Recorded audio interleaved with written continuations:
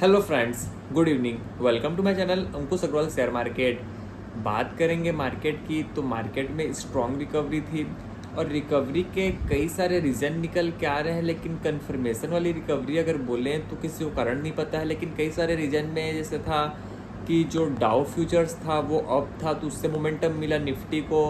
और कोई बोलता है कि जो अभी आज फर्स्ट वर्किंग डे है मार्केट का फॉर द मंथ, तो सब कोई अपने सैलरी का पैसा को सकिन किए रादर डाले। तो देखने वाली बात ये है कि जो सैलरी का पैसा है कितना दिन तक चलेगा। तो मेरे को लगता है एक दो दिन तक चलेगा, तो एक दो दिन मार्केट ठीक रहना चाहिए।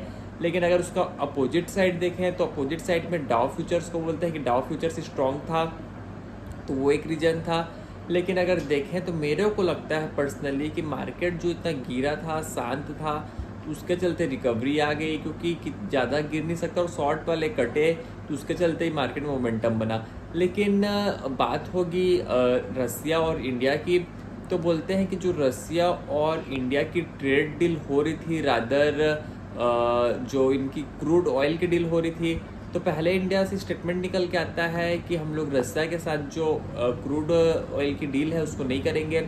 फिर बाद में निकल के आता है कि जो पहले से डील जो चल रहा था वैसी डील के बेसिस पे डील होगा। फिर इसमें डोनाल्ड ट्रंप का मैसेज आता है, डोनाल्ड ट्रंप का वो आता है स्टेटमेंट। तो डोनाल्ड ट्रंप का कहना ये है कि मेरे को कोई दिक्कत नहीं है रसिया एक्सपोर्ट करे क्रूड ऑयल इंडिया को। इनको दिक्कत ये है कि जो सस्ता रेट में इंडिया खरीद रही है रसिया से क्रूड ऑयल, तो क्रूड ऑयल का जो पैसा आ रहा है, पैसा के चलते वो यूक्रेन से भिड़ जा रहा है, यूक्रेन से लड़ाई कर रहा है। तो अगर उनका कोई क्रूड ऑयल को खरीदेगा ही नहीं, तो लड़ाई झगड़ा रसिया शांत कर देगा।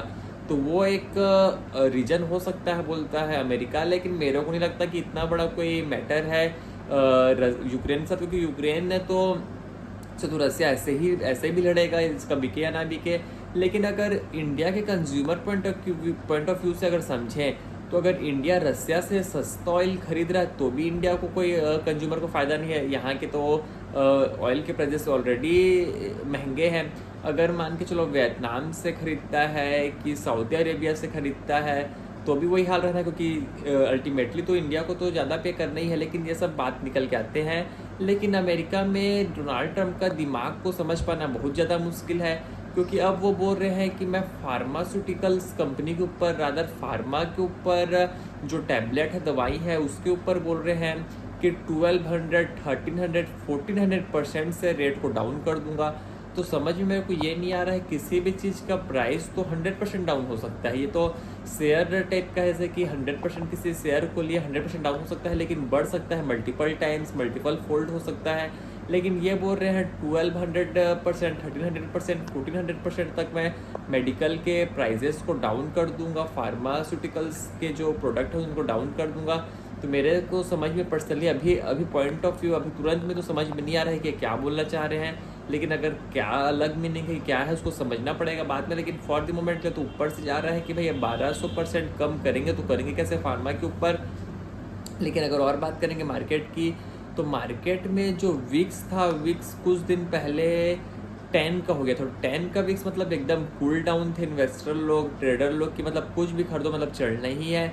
मतलब बेसिकली अगर 20 के ऊपर जाता है विक्स, मतलब कहीं ना कहीं रेड अलर्ट चालू होता है कि भाई अब विक्स ऊपर जा रहा है, वोलेटिलिटी इंडेक्स बढ़ रहा है, फियर इंडेक्स बढ़ रहा है, मतलब थोड़ा सा बैकफुट में रहो।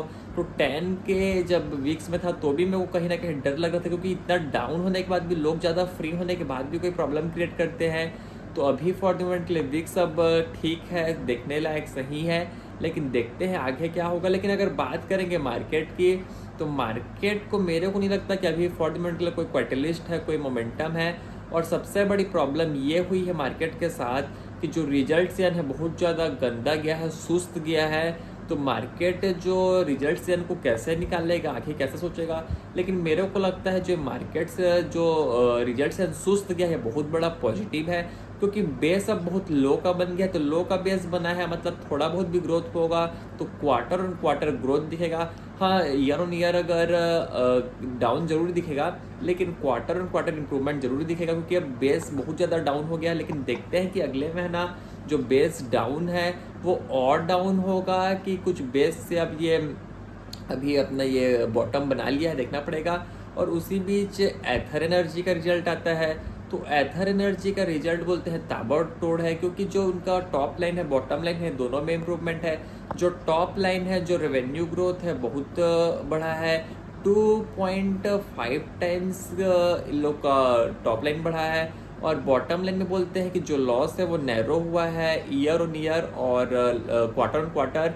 और जो टॉप लाइन भी है, रेवेन्यू भी इन लोग का दोनों year on year quarter on quarter बढ़ा है। तो उसके जो रिजल्ट में शेयर 20% का अपर सर्किट लगाया, बाद में पोस्ट मार्केट 16% में सेटल हुआ। तो अगर रिजल्ट अच्छे दिखाएंगे कंपनी तो शेयर के प्राइस में भी रिफ्लेक्ट होंगे। तो वही सब देखना होता है, अपॉर्चुनिटी खोजना रहता है। लेकिन देखते हैं आगे और कैसे क्या रिजल्ट आएंगे। लेकिन अगर रिजल्ट से ना एंड होते होते तक तो मेरे को ये लग रहा है कि बेस एक अच्छा बन जाएगा। लेकिन देखते हैं कि अगले क्वार्टर में क्या होता है। यहीं तक रखते हैं, आपसे कल फिर मुलाकात होगी, तब तक ले थैंक यू।